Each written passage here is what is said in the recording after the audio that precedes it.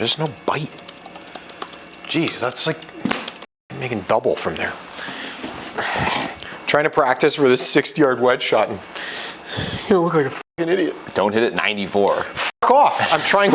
Well, that's your first tip from me. It caught the back edge and rolled down. So I'm busy. Fuck you, Marc. I don't want to hear it. Sounded really solid. Well, I'm trying to do. This is terrible. So now my problem is I'm shitty, but like the 60-yarder is a really hard one. Like when we talked about, can you talk or are you too Sure, busy? yeah, no, I'm just answering some stuff. Yeah. So, like we talked about like our least favorite shots in the other video, and Yeah. I hate the 50-yard bunker shot, 60-yard bunker shot. Understandably, yeah. So I'm like, well, let me like set up the 60-yarder. And my problem is, You spin it at 5,000. yeah, it's not spinning. So you have And to this hit it wedge is too really high. good, and it spins. Oh, well, I thought it spun a lot, but You have to hit it too high to get it to land on that. It's like Yeah. a flop shot. but You have to drive it with spin. okay, that's really, really good. Like I That's feel like pretty good. that's fuck. No, okay, so Not that bad. one, Not bad. that one hit. That was really good because that Yeah. one actually like hit the upslope. The other ones are running through the green. 62 though is like a little bit low for you. What's in? Is that just your like? Yeah. So this is S400. Well, if you want to spin it a little bit more, you know there's one thing you could do.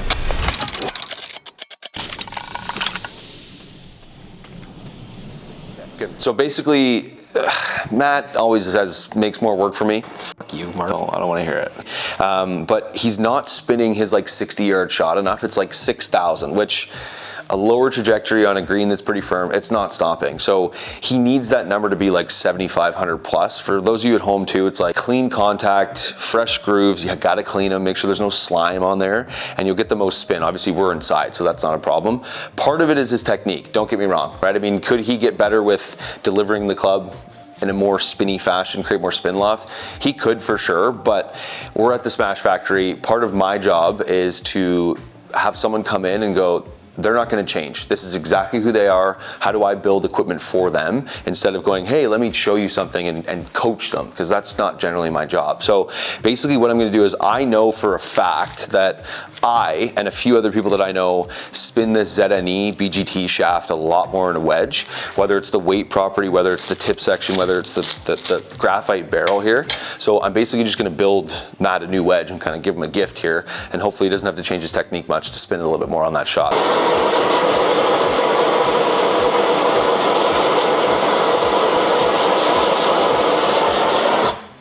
Just let that transfer so it's easy. Steel's easy, right? I mean, that's as much heat as you need.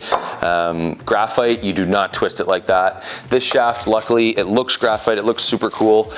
This is a steel tip section, so you'll see in a second here, I'm just gonna put it on the grinder or on the sander and peel that paint section off. Equal parts, the black and the yellow.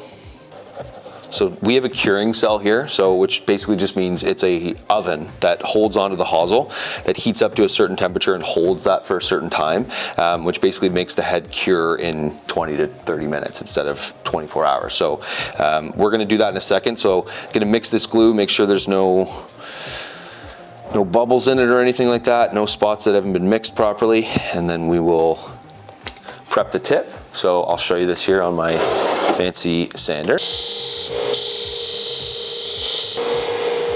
So you'll see there is a steel section under there. So basically I know what Matt's specs are generally, but just to show you guys at home too, I mean, this is something that you can do even after you do take something apart. We can check the swing weight. So there's a tip weight in here, which implies that there has been some added mass to the head. So when we build it, we're gonna make sure that it's similar, if not the exact same. So I'm just gonna double check that. Yeah, so it's D5.5, very similar to what I think it's gonna come out at with this shaft in it. So we're just gonna check length real quick. Mark that, standard 35.25. And then we're gonna clean this head out real quick. So this is the added steps of building used golf clubs as well, right? It's like, you gotta pull them apart and clean them, whereas if this was just a fresh head, we wouldn't have to do this step, but we do that. I always blow it out with a little bit of air just to get that dust out.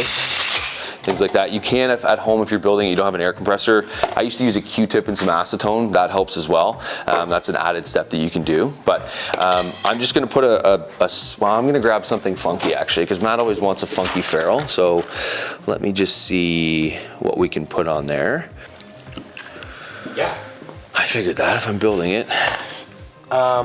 Stinks in here. Okay, just pick your ferrule and get out of here. I don't have my microphone on. Can you hear me? Can you hear me? No, get out of here. What do you want? What ferrule do you want? Where's the These ones are fucking 2 inches long. Okay. What do you want? Smash Factory Green. Okay, cool. Yeah, dog. Okay, cool. Sweet. Okay, now go. Take it and go. Goodbye. That's all I needed you for. So we're gonna throw a nice little Smash Factory Green ferrule on here. Smash Factory, get the camera to focus, perfect. And then, yeah, so slide it on. I always put a little bit of glue on there first. Helps the ferrule bond, especially on those hot summer days when you leave your clubs in your car, and they tend to spin and they tend to warp a little bit. So we're gonna do the same thing here. Just gonna grab a little bit of glue for the head, kind of mix that in and around. And then I'm gonna check the swing weight and cut this thing down. So I'm 95% sure we're gonna be okay for swing weight, but always double check when we cut it. 35 1/4. Ooh, that's a silver Sharpie on a silver shaft. That's not gonna work. We'll go with pink instead. Okay. Saw this up.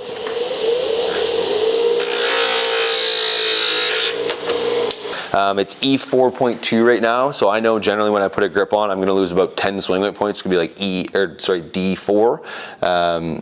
Well, it's D4 exactly, so that's a pretty good guess. So I am going to put just a tiny little tip weight in here, 4 grams. Get it back up to D5.5, D6 like Matt had it earlier. So I'm going to grab a 4 grammer. I'll show you guys how to do this as well. For those of you at home, make sure you put your weights in first, because if you do slide the ferrule all the way down, it does make it a pain in the butt. I'm pretty good at sliding it back up, which is what I just did there. But we're just gonna put a little bit of weight, or a little bit of glue on here for the weight. Gonna slam it down on here. There we go. A piece of paper towel. Peel that off, perfect. And then just get a little bit more glue. You want to make sure you don't use too much, because what happens is the glue shoots up the shaft. A lot of people don't know this, but people say don't use too much glue. The reason, especially in a graphite shaft, especially in a driver, the glue shoots up the shaft, and then it basically makes it so there's no hollow section, and then it's solid, so it breaks. They often will break in here if there's too much glue. I've seen it from manufacturers. It's a little frustrating when that happens, because they definitely know better, but it does happen, but you just got to be careful, basically. So we're good, and then we're going to throw this in the curing cell. It takes 20-30 minutes, so I will see you guys in a minute once we throw it in there, and then we'll see if Matt can actually hold a green from 60 yards, because it's kind of embarrassing. A few moments later. Okay, so we're going to finish Matt's build so he can hold the green from 50, 60, whatever yards he needs to. So I'm just going to grab it out of the curing cell here so you can see. So it's nice and dry, so it's been in here for about 20 minutes or so, 20-30 minutes. Nice and dry. So what we're gonna do, I've cut it to length now, so basically all we need to do is throw the grip on. So I'm just gonna clean this up just a little bit. Just a little bit of glue that's kind of seeped through. Sometimes on the curing rack too, because the glue's so wet, it does kind of move a little bit, so it's smart to thicken it up a little bit before you throw it in there, but Matt's in a rush. Matt's always in a rush, so we're just gonna do it the old-fashioned way here. These shafts are interesting. They're so thick. So if you have a clamp at home like this, I'm sure you're aware of this, but be careful not to clamp it too tight, or else you will crack the shaft, because this is graphite. So gonna adjust my vise accordingly, and then make sure it's nice and straight. Grab a piece of tape. That one was no good. So I have a little jig set up here. So that little piece of green duct tape is basically my line for how long grips are. So grips do change, and obviously depending on how much tape you use, but I've gotten pretty good at determining what I need. So Matt likes logo down, so we're gonna do that. Put a little bit of solvent in here. Let the rest kind of fall out.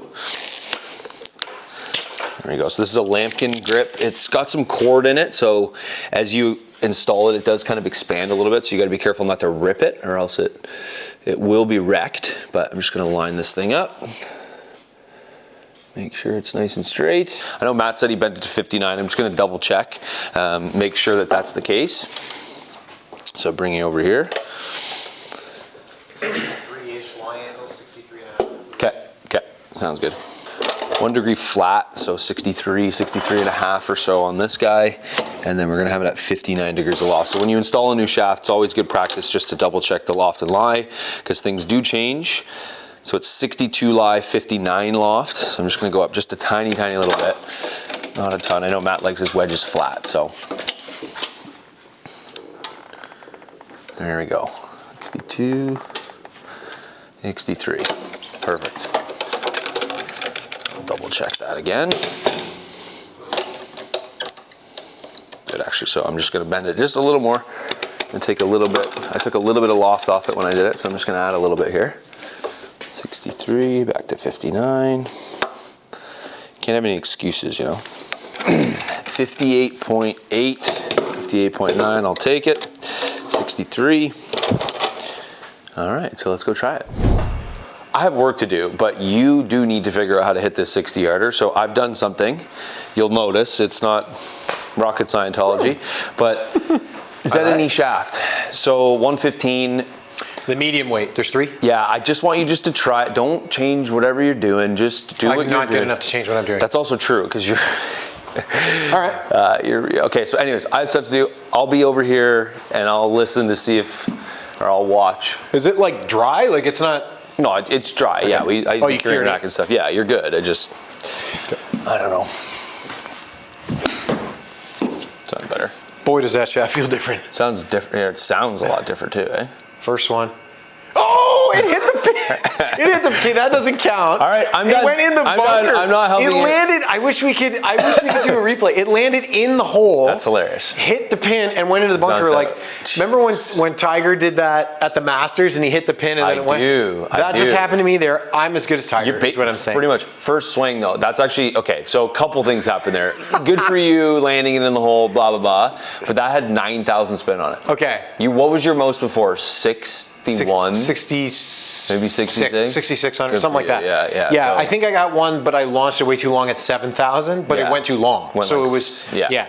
So, but they were averaging, they were in and around the 6,000 range. Like you carried that one 60 and your total was 52. Yeah, it hit the pin and that was awesome. I was there for that, yeah. Sounds nice too. The shaft's cool. That one sounds good.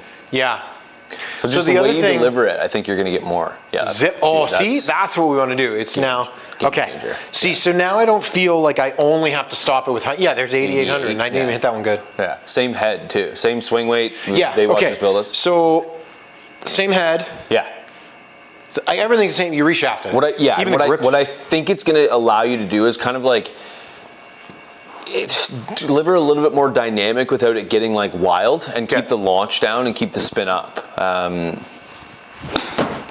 Like there's one that was like not quite as crisp as the last one, I don't think, but it's still, I caught it maybe a hair thin, but it should still. See, so now they're digging. Yeah, and they're coming back. So it was at 81.